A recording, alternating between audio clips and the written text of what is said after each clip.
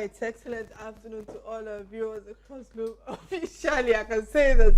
Happy Easter from the crew of Real Talk Kike, and this is our last episode before the Easter break. I say excellent afternoon again. How are you doing? I'm doing great. It's a beautiful day. We're expecting Easter to come in. Tomorrow is Good Friday, and of course, we're in the week of Judas. To all of you that have betrayed somebody one way or the other, that they haven't trusted their love and trust to you, you should seek forgiveness. It is very important. My name is Damnola Banire again. We're going to be having a very beautiful, smashing, interesting show talking about the life and times of Jesus Christ and the beautiful season called Easter. Please stay with us. Hello, Damilola. Good to see you. Hello, Kike. It's a beautiful day. It's a great day to be alive. Okay? Yeah. This is the resurrection of our Lord Jesus Christ. Damilola, good to see you, girl. High five. Hello, viewer. Welcome to our lunchtime show. Join our conversation today and let's see how we can use the resurrection of our Lord Jesus Christ, the Passion Week, to fix our dear nation. Welcome. My name is Ethel. All right. Can I say that something happened exactly how many years ago? The Nasrallah killing occurred exactly 8 years ago, to be precise. And after the explosion of 2 bombs, let's get the details on this terrible incident on this Day in History segment. Stay with us. We'll be right back. On this day, 14th April. On this day in 2014, exactly 8 years ago, 2 bombs exploded at a crowded bus station in Yanya, Nasarawa State, killing at least 88 people and injuring at least 200. The bus station is 8 kilometers southwest of Central Federal Capital Territory. Explosives hidden inside vehicles detonated during morning rush hour in a bus station in Yanya, on the outskirts of Abuja. After the initial blast, further explosions occurred as fuel tanks caught flames from nearby vehicles. Abbas Idris, head of the Abuja Emergency Relief Agency, confirmed that 71 people had been killed and 124 injured. The bus station serves a poor, ethnically and religiously mixed community. By April 15, the death toll had increased to 75 as investigators continued to sift through the wreckage at the blast site. By April 18th, the death toll had increased to 88, with more than 200 people reported injured. Lola, quickly, let me come to you. What's your take on this on this Day in History segment exactly 8 years ago? What's your When I saw that we're going to be taking it as on this Day in History, I remember it was fresh because it was one morning that everybody was going to work. There was so much hustle and bustle around the Yanya Park. Yanya is just on the outskirts of Abuja into Nasarawa.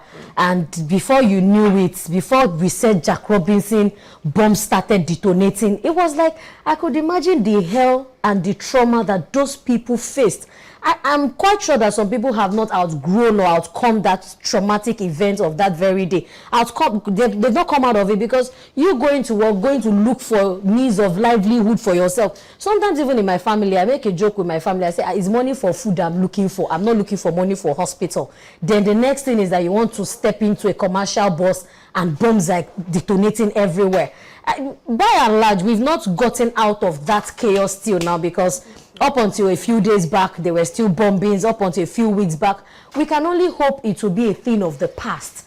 And I don't know, our dear country at the moment, the ruling power, it doesn't seem as if they are really doing anything to tackle insurgency or these bombings and these incessant killings. Right. It's one too many. We don't need it. All right, it's the season of celebration. Yes, the season of celebration. Nobody's going to spoil my blues. If you're ready to spoil my blues, you get out. The season of Easter, and I'm all saying that.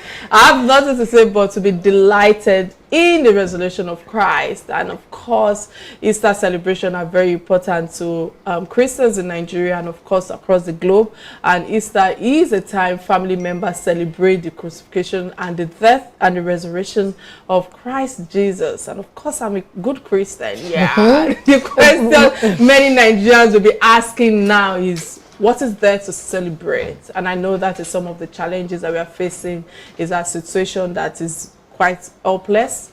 when it comes to the plight of our country, Nigeria. And of course, we have so many challenges with the series of uncertainties that we are facing also in this country with the killings and the likes. And much as we like to all want to celebrate, I think that we should also reflect on the death, the crucifixion, and of course the relevance with our situation in the country at the moment. And I thought that, well, this might be a good time for us to bring what's it called, the Reverend to come and talk about how people can actually celebrate during all the agitation going on across the globe. But guys, before I keep going on and on, we have a Reverend Father well cast in the scriptures. I must emphasize, because I heard him speak and when he was launching some of his books. I didn't say book. Books in Abuja.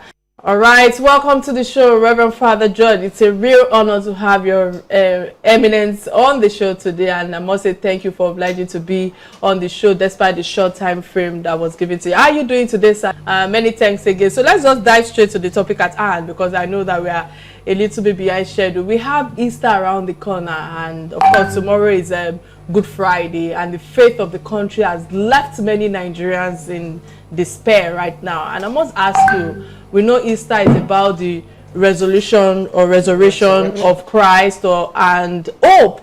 What message of hope do you have for Christ or for Nigerians during this challenging time, if I may ask? Easter is a season of hope. The events that led to the crucifixion of Christ are the ones that we have been marking since Ash Wednesday. All through to Good Friday, we mark the events that led to the crucifixion of Christ. The circumstances of the Jews at the time of Christ are similar to our own circumstances today. Today, Nigerians are largely oppressed, impoverished, frightened, and despondent. Before this program, we had just reminded us of the 2014 Nyanya bombing, which happened on the 14th of April. Nigeria, that was a shock to Nigerians. But unfortunately today, Nigerians are perhaps not so shocked anymore. Even though these events are terrible and traumatizing, they are happening every day now. Bomb blasts are happening every day. In the last few weeks, Nigerians cannot travel by road, they cannot travel by air, they cannot travel by train out of fear of being bombed. So our circumstances are terrible. And so for me, it's a good thing that Easter has come now. Easter is full of hope. Hope that a people that have been held down and oppressed, oppression does not have the last word. Let me put it this way. Easter is a celebration of the fact that the last word does not belong to Calvary. There is life beyond Calvary. There is victory beyond Calvary. Calvary symbolizes the victory or apparent victory of evil over good, the victory of wicked men and women over the innocent and just man, Jesus Christ. That is what Calvary represents. It represents darkness. The kind of darkness we are in today, we are locked in today. Calvary represents that darkness. But there is light beyond Calvary. There is light beyond that darkness. That's what we celebrate at this time, that Jesus, the innocent Son of God, who was brutally killed, betrayed by his own followers, and convicted in the most unjust manner and killed in the most brutal manner, he rose from the dead. And as he rose from the dead, it is evidence and a practical demonstration that everything he stood for is true. Therefore, all those who are suffering now under kleptocratic regime, under manipulative leaders, under an elite club that is practicing primitive feudalism, where leadership is about the conquest of the people rather than the service of the people, where leadership is about the privatization of the resources of the people. Those of us who are appearing helpless under these regimes now, we have hope that we shall overcome. that when the predator continues to devour the very source of his own existence, it is clear that nature will not allow it to continue, that soon, very soon, the predator will be flushed aside and the people will be free again. So this is what Easter is about. It's about celebrating hope, rejoicing in hope that our sufferings, our pains will soon be over, that truth can be held down for a while, but that truth is indomitable. Truth cannot be conquered. Truth will bounce back. In the same way as Jesus Christ bounced back at the resurrection, truth, which is today being harassed, being persecuted, being blackmailed, truth will bounce back on the Nigerian landscape and truth will reign. And because truth will reign, then there will be peace, then there will be security, then there will be prosperity in our country. So the message of Easter is to tell the people, it shall come to pass. Amen. This suffering too shall come to pass, and we shall have a new country soon. Amen. Very soon. Reverend Father, I share with your submission of the truth, and knowing fully well that even Jesus Christ stood for the truth. And in your publications, I can see that you had fragments of truth, petals of truth, and flames of truth, all on truth. How many of our religious leaders are really willing to tell the truth naked, sir? I believe that many religious leaders are not only willing to tell the truth, but are telling the truth. What often happens is that, especially in the era of social media, what we hear about are people, celebrities. We hear about celebrity people often in the cities, but thousands of religious leaders are daily doing their utmost best to proclaim the truth as they know it in the villages and towns all over this country and all over the world. But they don't make news. They often don't make news. But I believe, I have friends, I have colleagues who are daily struggling to not only tell the truth, but also live the truth and teach the truth to people. But it doesn't make news because they are not celebrities. Okay, that's another angle. Sir, I would like to ask Your Eminence, how can the cleric reach the government, knowing full well that they speak to them time and again, speaking on the one hand, hearing on the other hand? How can this be achieved in our times? Because people are despondent, sir. Yeah, like I said at the beginning, I know Nigerians have become despondent. Nigerians are losing hope. One of the questions I asked in my chapel last Sunday is, as a Christian, what answer would you have for the Nigerians around you who today are depressed and distressed, are losing hope, and are on the verge of despair? And what we need to tell people, we need to constantly reassure people that the reign of evil is only a mirage. The triumph of falsehood is only a mirage. So those who are benefiting from the present pack of cards should be constantly told that it's only a pack of cards and it will soon come crashing down.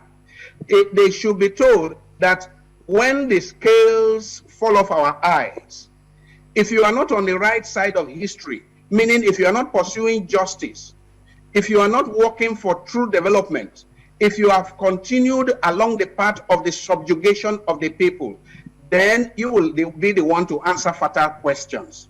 So religious leaders need to constantly warn those who superintend us that what we see today, the superstructure in place today, is a pack of cards, and that it will soon come crashing down. We need to help our people to know what leadership is all about. The truth is that we do not have experience. We have no long experience in good leadership in this country. From 400 years of slave trade, we ended up with exploitative colonial dispensation for another 100 years. And then we ended up with a short period of a practice in democracy. Then 6 years after, young officers in the military took over, and they ruled by the gun, meaning by the force of the gun, not by popularity. And people who were agents of this military rule, who were acolytes of this military rule, soon took over from them when democracy came in 1999. I mean, a former military officer, a former military president became the democratic president. So it means that we don't have a long history of good, servant, visionary, sacrificial leadership in this part of the world. So we need to train our people. Everyone who is going to go to public office needs to be trained on what is called leadership. And the examples of Jesus Christ are among the best examples in the world. The one that stooped down to wash the feet of his disciples. The one that died on the cross so that his disciples may have life. The one that said, "You call me Lord and Master. Yes, but if I, your Lord and Master, will stoop down to feet, go and wash each other's feet." So we need to use the gospel of Christ, and particularly the events of this season in the Christian church, meaning the event passion of Jesus Christ and his sacrificial death on the cross, to show our people what true leadership entails. Help people to know that you become great in the process of serving others, in the process of serving people. You do not become great by making others to serve you. Right. This is what we need to constantly teach our people. A lot of those who aspire to political offices do not do this, and they think that they are great by enslaving others and making others serve them. But that it is the exact opposite that Jesus teaches. All right, many thanks for your submission, Reverend George. You know, I wish I can ask you what is the way out with all the challenges we are going through presently. But you know what? I must ask you, because I know that I took a word from one of your key address on reparenting the Nigerian youth of today, and I feel that that was a very vital point that you addressed on the course of our problems today. Or I really don't like to use the word problem. Let me say challenges that we have today. So for the sake of our viewers, I would like you to, you know, throw some light on what are those three key things that parenting must do in reparenting the youth of today, or probably on learning and relearning to, you know, what are your key three key words that you will be sharing with parents today? Parenting is perhaps the most important task in the world. The task of raising children, bringing children up and showing them the way is perhaps the most important task in the world. Unfortunately, people do not go to school to learn how to be parents. Some are parents by accident. Absolutely. On account of that, there are too many people who are going around today who have not been parented properly. True. And so my address is to teachers, to pastors and priests, to teachers and to elders in the society, that we all must take on the challenge of reparenting our young people. In recent times, we have seen how many young people in our society are taken to Yahoo, to Yahoo Plus, are taken to ritual killing, have made money the highest value, and are ready to sacrifice even their mother, their girlfriend, their sister in order to make money. Such people have not been parented. It is not even simply about being religious and showing people the way of God. It is about showing people what it means to be human, showing people humanity, showing people that there are certain things that distinguish the human being from the jungle animal, showing people what they call the milk of human kindness. And some of these lessons cannot be taught. They've got to be caught, meaning you've got to leave it for the people around you to catch it. You've got to mentor people. So what I mean by reparenting our young people is, let each one of us in the adult society become a mentor. Let us deliberately mentor young people around us in the values that make society great, in the values that will make our society more human. Because what is happening today, a lot of our young people are taking multimillionaires, celebrities that have a lot of money, They are taking them as their models, and they don't care how they make the money. What is important is just to make the money. Well, the adult society has done its own destruction by the kind of politics we have run this last 60 years. What I am seeing coming from the younger generation is even going to be worse, in the sense that when they have no sense of humanity, no sense of values, then there can be no future for such a society. It is values that create sane societies. Fantastic. When those values are destroyed, there can be no hope for the future. All right, glad to know you're still with us. In case you just joined the show, today's conversation edition is about the spirit of Easter and the message of Christ to Nigerians. And on the show today, we have the pleasure of being with His Eminence, Reverend Father George Etusani. Etusani. Apologies, sir, that I couldn't pronounce your last name. But you know, I must thank you for all the submission you've been sharing thus far, because it's very enlightening and very knowledgeable. You know, but we don't expect less from a Reverend Father like you. But quickly, before we go further, I think it's important for us to quickly open the phone lines. Don't forget that you can be part of this conversation by calling our studio numbers 0988-774-00, showing on your screen right now. Remember, we are streaming live on our YouTube page and of course on Facebook. We're both on Real Talk with Kike and on Silver Pep platform. I know that therefore you wanted to add something to some of the submission he shared last. Yes. Yeah. In line with what you just said to us, sir, before the break, the question on my mind now is, how do we restore our moral values? Why am I saying this? I'm privileged to have attended a nursery primary school that was Catholic, Maryland Convent. And I know in those days, from growing up, we knew what values were, because we had subjects like civics education at that time. You know, and I remember then growing up, you know, what you teach children never, you know, grows out of them.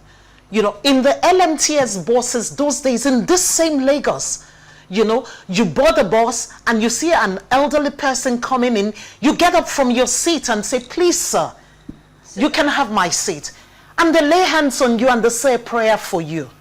So how do we restore these moral values? Because there's moral decadence in our society, top to bottom, sir.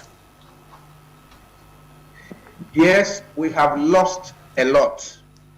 But Easter, this part of the spirit of Easter is that our situation is not irredeemable. Part of the hope that Easter brings is that a new life is possible. Yes, when I said at the beginning, these too shall pass away, I also mean not only bad governance will pass away, but also a society where we have thrown away our values. That too will pass away.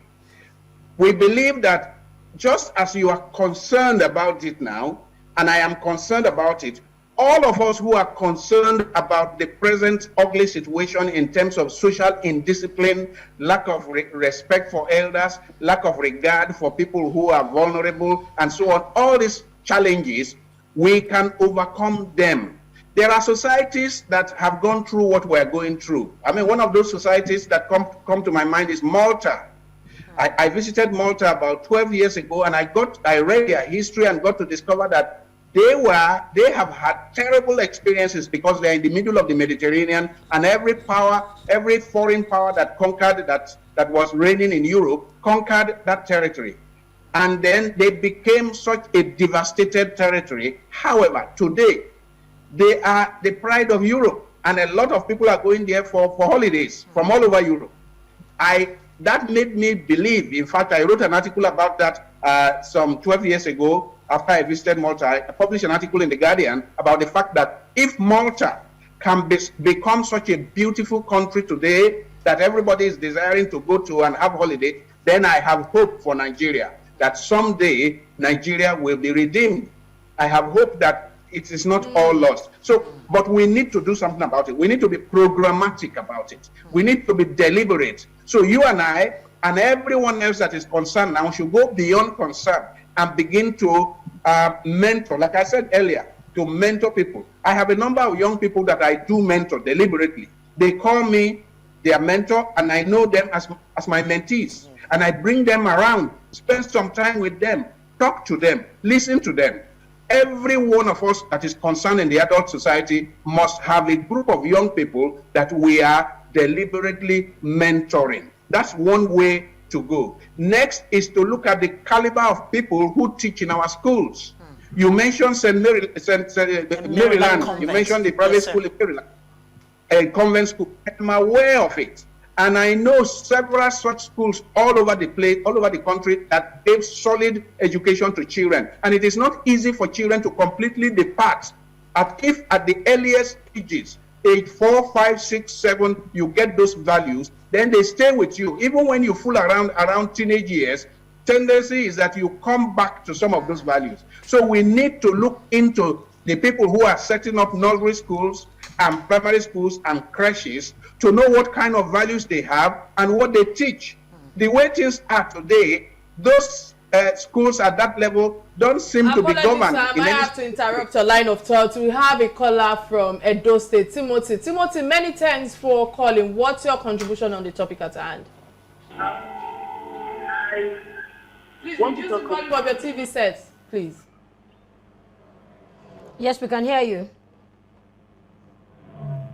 Apologies, I have to let that go. Sir, you know, with all that you've been sharing thus far, I must say many thanks again. And let me use this opportunity to say that on this platform, we will be buying 20 of your books and we'll pay you. I want you to please let us know where we can get the books or how it can be shipped down to us in Lagos. But with all that you've been sharing thus far, you know, Nigerian years eaten by the locals and an Afro-Christian vision. These are some of your published works that are striking to me at this season. And with all that you've shared thus far, I feel that the youth of today, you know, tend not to, you know, want to pick up the culture of reading and to enlighten themselves. And I must ask you, how can Christians have an African vision, even with the question that my fellow colleague and friend Antefo just asked you? Yes. Actually, I wrote that book, well, it's over 30 years now since I wrote An African Christian Vision. It is to say that I went and studied some of the best values of the African tradition. You gave me an example of riding a bus in Lagos, and a young person sees an elder person and gets up from the bus for the elder person, and the elder person blesses him or her. Now, that was a traditional African value that we cherished. We should not throw it away, because the same value, we have it in Christianity. Community, respect for the family, respect for the elder, protection of the poor and the vulnerable. We say that Jesus has a preferential option for the poor. So the fact that somebody is poor, it doesn't mean he or she should be treated as trash. All these values, we find a lot of them in the traditional African society. The traditional African society was not perfect, but it had some of these values: community, sharing. I mean, we never had a situation where some people were so desperately poor while others were super rich, because the rich people, you were rich by virtue of the number of people you fed. I mean, we still remember some of our old politicians who fed 500 people. Aminu Kanu, Adedibu, who fed close to 500 people in their homes every day. That is what made you a rich man, the number of persons that you fed. But look at where we are. So we need to recover that, because a lot of those values are also close to what Jesus Christ taught us. This is what I call an African Christian vision, Afro-Christian vision. Okay, sir. I picked interest in one of the books you published in 1992. I'll come to you. We have a caller from Edo State, Oyema. Apologies for holding you for too long. Please go straight to the point. Hello. Good afternoon. Hello, good afternoon. We can hear you. Oyema, please go straight to the point. Apologies, I think. Hello. Yeah, Oyema, go ahead. Make your points count. I think this is a good Easter sermon. Okay. Thank you. I have a respect now for the Reverend Father. That's great.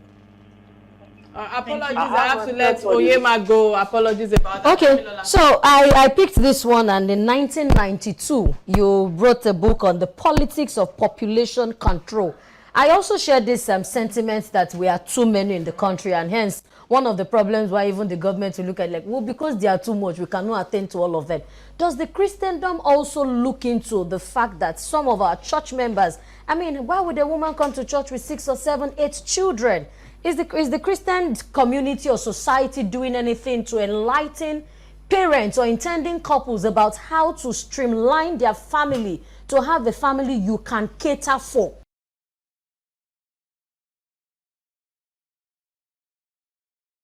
Why are you shaming people? Are you attempting to shame a woman who comes to church with 5 or 6 children?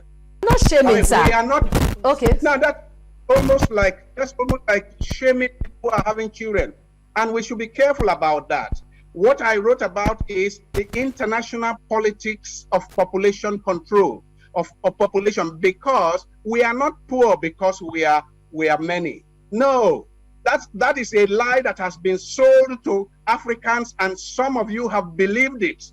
We are not poor because we are many. Look, African countries like Nigeria, like the Congo, we have resources that can take care of not only Africa but also Europe.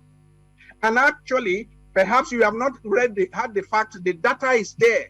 A lot of European countries are surviving today on account of resources that they took from African continent. It is actually an insult to tell Nigerians that we are poor because we are many. That's the lie that the Europeans and Americans have been telling, and we are embracing it. The truth is that if our country was run better, population itself is an advantage. Population is an economic advantage. When children are born with one mouth, they come with 2 hands. So children are born with intelligence. By 200 years ago, somebody came out and said the population of Britain was too much. But after that, technology came and taught people how to put one house on top of another. And now you can have 100 houses in one spot. Technology came and taught people how to farm in a small plot of land, how to produce the amount of food you needed hectares and hectares to produce before. So it is about what level of technology. It is about how you put the population to work and how they are able to produce. It is about leadership. Our problem is poor leadership. Let's not insult our women. Let's not insult poor people who have children. In fact, we have taken so much from the poor people that the only power they have is the power of reproduction. You want to take it from them? We have so dehumanized our people, removed everything from them, and now what is left? Do you know? Do you not realize that the very people who are funding population control in Africa are bribing their people to have more children? Do you know that many European countries are becoming so aged that they are begging, while they are giving you money to promote population control, they are begging their own people to have more children? It is racism. It is not true that it is because we are many. Actually, with good leadership, this country can be transformed in such a way that we are the richest country in the world, even with double this population. Reverend George, many thanks for that submission. I think with what you've just shared now, I have 3 children already. Maybe I might be adding extra 2 to it because I want the barrier. And when it's time, don't misunderstand me. Let me quickly add that is not to say people should be irresponsible.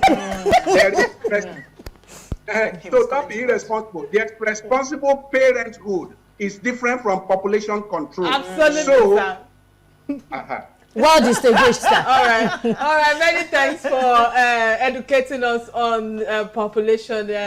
What's it called? Control. All right. So because of time, I know we are running out of time. We have the last segment that we would like you to share your voice or your thoughts on as well. So a parting message for Nigerians in this season, I think, will be welcome from you. Yes. So I would like you to kindly lend your voice to what can guard us or guide us and hold us in the trying times in terms of unity and hope for Nigerians. What's your parting word, sir? Easter is the celebration of sacrifice, the celebration of what comes after a life of sacrifice. Self-sacrifice, especially on the part of those who desire to lead, is an ingredient that the Nigerian leadership elite has lacked all the while.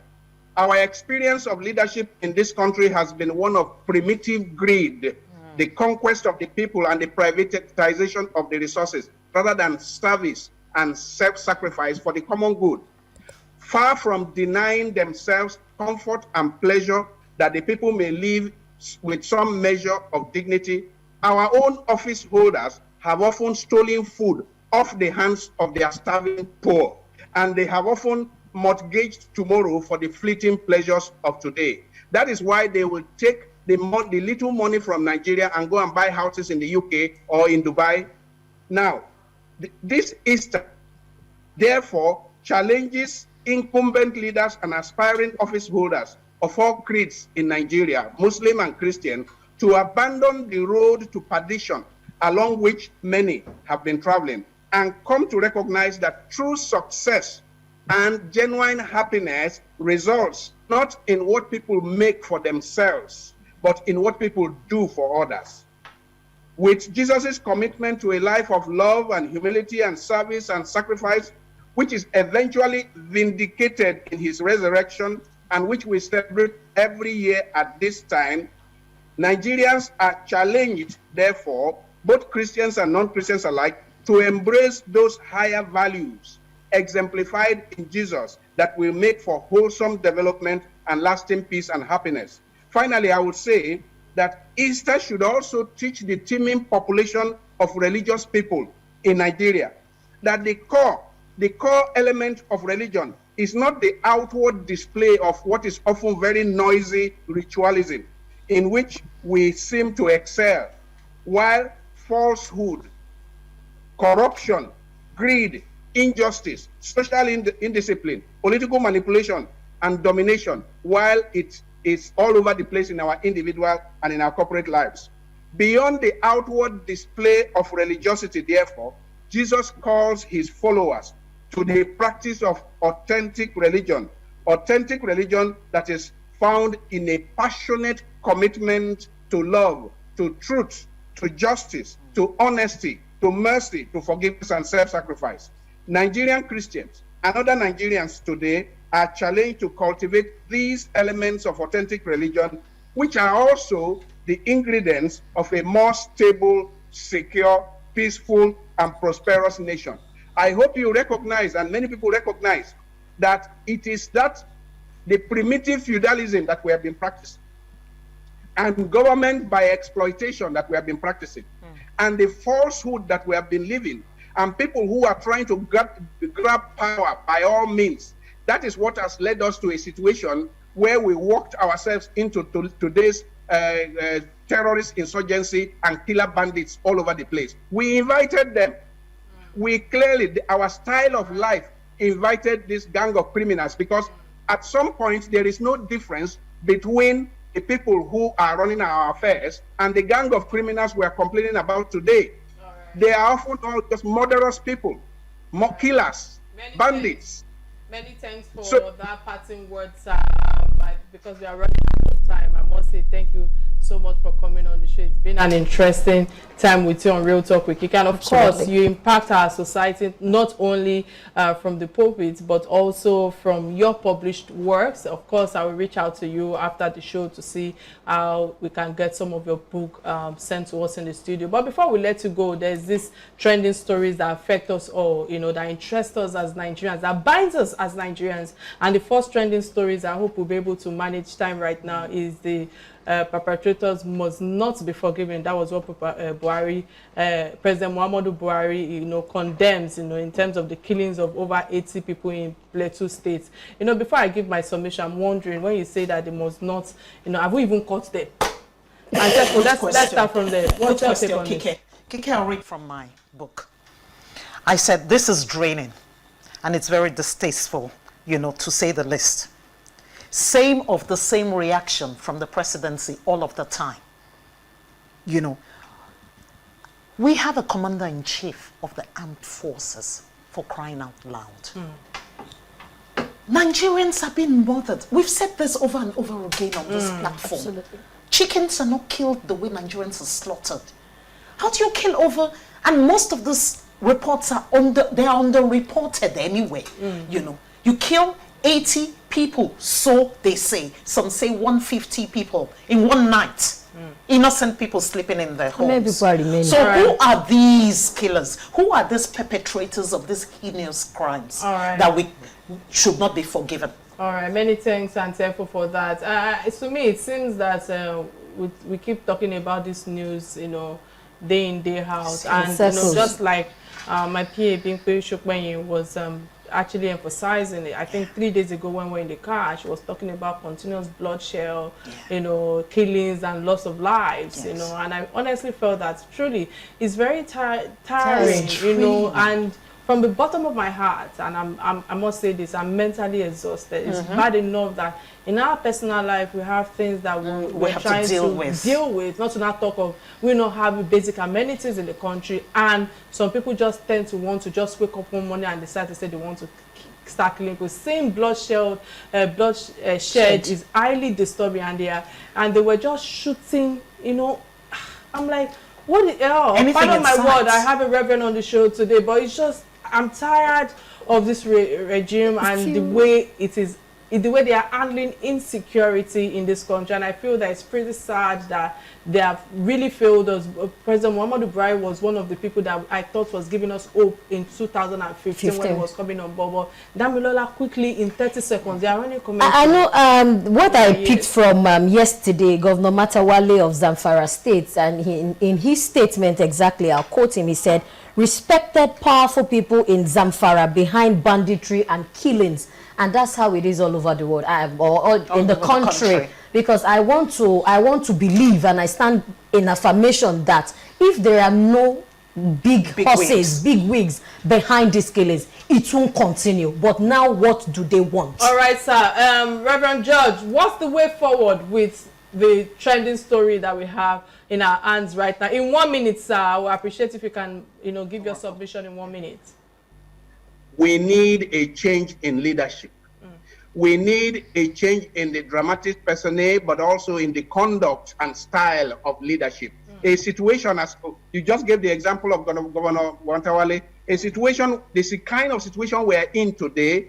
Only a few weeks ago, he bought very expensive cars, hundreds of very expensive cars for traditional rulers. That's not the kind of leadership we need in the 21st century in a poor country called Nigeria. All right. To whatever extent that it is happening in other parts of the country, that is just to bribe traditional rulers so that they can continue to hold on to power. But the reason why some of these young people, I'm not holding brief for them, are in the bush and are terrorizing us is that there is no hope. They have no hope for the future. And we're not going to have that hope if the resources of the state are spent that way. And it is not only Zamfara State, it's happening all over the country. And we need a change. Nigerians need to come out and say enough is enough. They say we are a resilient people, but perhaps our resilience has landed us here. All right, many thanks for that. You know, the second trending story that caught our attention is that of the NIN-SIM deactivation that is going on presently. I'm one of those affected. You know, but quickly before I give my submission, or should I give my submission because I'm one of those suffering, and I'm compelled to use my WhatsApp platform right now, and it's unbearable for me because I feel that most of the time, you know, the frequent basis is over. But guys, the NIN problem have taught us, or should I say taught me, to embrace alternative, because people like me from the MTN end, it is very difficult for all these servers to always be down. I know some of the challenge. Yes, I have my NIN now for the world to know, but to connect it to link it together. And I've gone to 3 different centers since last week, and MTN. you know what? I really want to call out these telecommunication people or platform or organization. Even though MTN is one of my major, how will I put it now? Clients in the past. I cannot be talking about my career today without not talking about. But MTN, you guys did not try. How long will it take? It shouldn't be this long for us to be able to connect. To link because it. I just feel that those are some of the challenges we are facing today. You know, the operators, you know, they need to come to do the needful in linking NIN with our SIMs, and we pay heavily, and they earn millions on a daily basis when it comes to charging us with all the callings, messages. SMS Why on earth can't they give us an efficient and each free service in Nigeria? Even what they call unlimited is not limited. It's limited. It's only the grace of God. But sir, let me come to you. I don't know if you two were part of those people that were bad. The 48 million people that were bad in Nigeria. Was your SIM bad? I did my linking when they said we should link. They sent, You see? They sent us a code. They sent us a code, and I did the link, and I got a text that your attempt was successful, but the last few days I cannot make a call. So it means that I have been delinked. And so it just shows the inefficiency of our system. Yes. These are another plans for which you sue the organization. Yes. You know, and get compensation. But we are taking too much. Like I said, Nigerians need to come out and say enough is enough of this nonsense. All right. Okay. Okay. All right. In 1 minute. Let's speak for those in the rural communities. My mother begged me passionately on Sunday when I called her. She said her line has been bad. She's in the village. She cannot call her children in the cities. All right. All right, with that, we've come to the end of another interesting episode. But quickly, for those who would love to read some of the books that Reverend Father George have published, please DM me. Of course, you can also send a DM to Silverbird platform on Instagram, and of course Real Talk with Kike on Instagram as well, and we'll definitely communicate on how you will get the books. Indeed, we've had an awesome show today, and I must say many thanks for our resourceful guest, Reverend Father George, and thanks for coming on the show to spend your lunchtime with us. My name remains Kike Atanda-Owo, and I'll see you next week. Have a beautiful Easter. Bye.